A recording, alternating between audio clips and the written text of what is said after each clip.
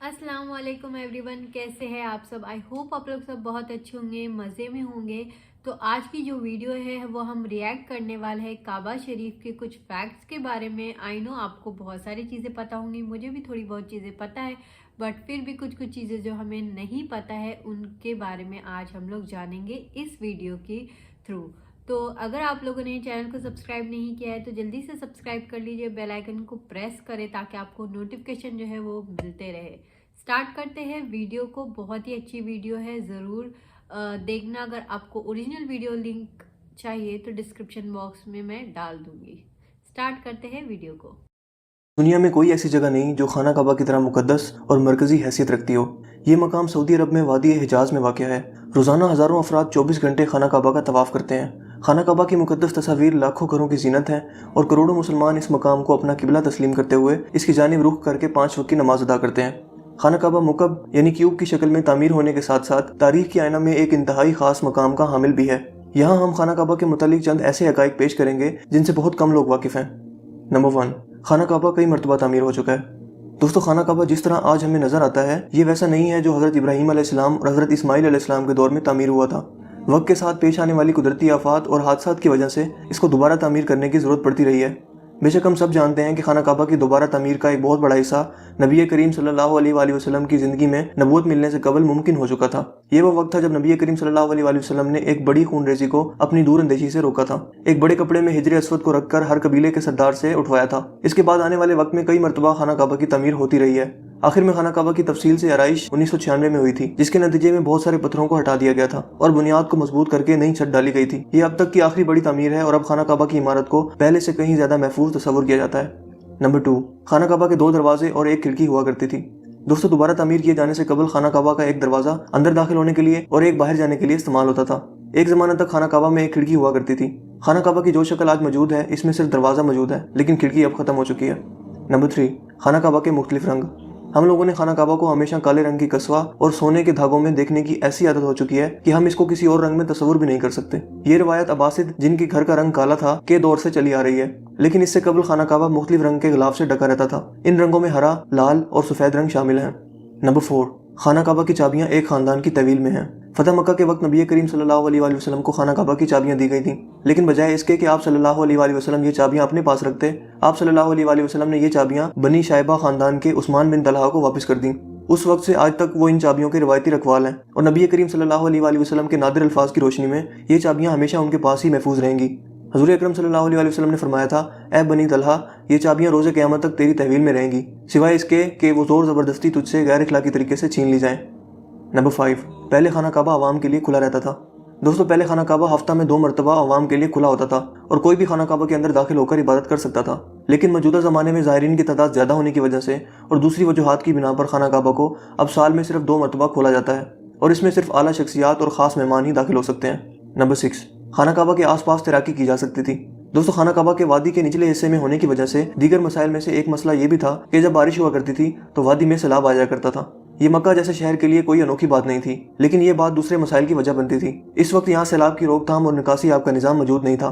बारिश के आखिरी दिनों में खाना काबा पानी में आधा डूबा रहता था और यकीनन यहाँ पर आपके ज़हन में एक सवाल आता होगा कि क्या इस वजह से तवाफ़ काबा रुक गया था? हरगिज़ नहीं, मुसलमानों ने काबा के इर्द गिर्द तैराकी शुरू कर दी थी।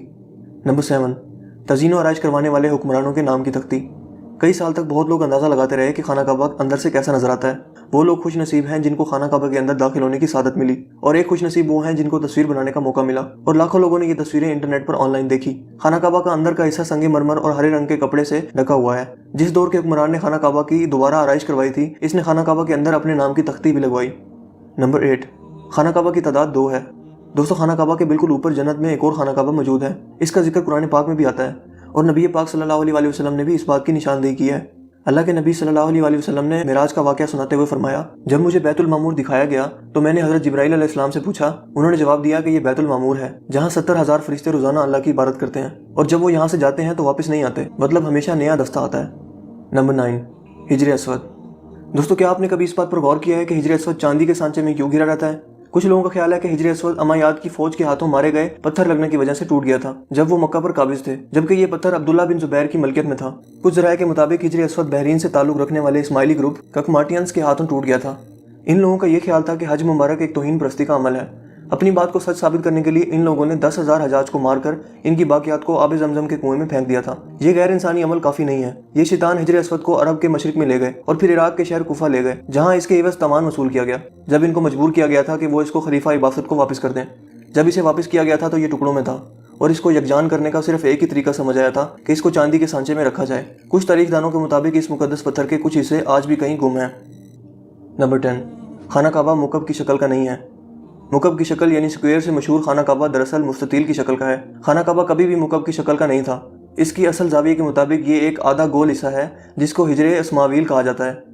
نبی کریم صلی اللہ علیہ وسلم کو نبوت ملنے سے پہلے جب خانہ کعبہ کی دوبارہ تعمیر ہوئی تھی، تب قریش نے اس بات کی حامی بھری تھی کہ وہ حلال کمائی سے ہی اس کی تعمیر مکمل کریں گے۔ اس کا مطلب یہ ہے کہ جوئے، لوٹ مار، جسم فروشی اور سود جیسے حرام کاموں سے کمایا ہوا پیسہ استعمال نہیں ہوگا۔ قریش اتنے امیر تجارتی شہر میں ہونے کے باوجود اتنی رقم جمع کرنے میں ناکام ہو چکے تھے جو خانہ کعبہ کی تعمیر اس کے اصل سائز اور رقبہ کے حساب سے کر سکیں۔ انہوں نے خانہ کعبہ کی چھوٹی عمارت تعمیر کی اور اس کی دیواریں مٹی کی اینٹوں سے بنائی، جس کو حجر اسماعیل کہا جاتا ہے، حالانکہ اس کا حضرت اسماعیل سے کوئی تعلق نہیں، جو کہ خانہ کعبہ کے حقیقی قطر کی جانب اشارہ کرتی تھیں۔ اپنی زندگی کے آخری حصہ میں حضرت محمد صلی اللہ علیہ وسلم نے خانہ کعبہ کی دوبارہ تعمیر کا ارادہ کیا تھا، مگر یہ عظیم فریضہ انجام دینے سے پہلے ہی آپ صلی اللہ علیہ وسلم جہاں فانی سے کوچ کر گئے۔ خلیفہ عبداللہ بن زبیر کے دور حکومت کے چند سال کے مختصر وقفہ میں خانہ کعبہ اپنی اسی شکل میں موجود تھا جس میں نبی پاک صلی اللہ علیہ وسلم نے دیکھا تھا۔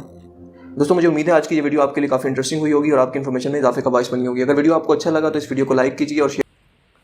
تو آپ لوگوں کو بھی پتہ ہوگا کہ کعبہ شریف جو ہے وہ بہت ہی مقدس مقام ہے ہم مسلمانوں کے لیے، اور آپ کو پتہ ہے ہم وہاں پہ جو ہے وہ عمرہ کے لیے جاتے ہیں۔ میں اللہ تعالیٰ سے ہمیشہ دعا کرتی ہوں کہ اللہ تعالیٰ ہمیں عمرہ اور حج نصیب فرمائے، ہر مسلمانوں کو حج اور عمرہ نصیب فرمائے، کیونکہ بہت ہی مطلب کہ بولتے ہیں نا، ہر مسلمان کی ایک خواہش ہوتی ہے کہ ایک بار تو ہم وہاں پہ جائیں، اور الحمدللہ میں نے ایک بار کیا ہے عمرہ اور مجھے ایک اور بار کرنا ہے۔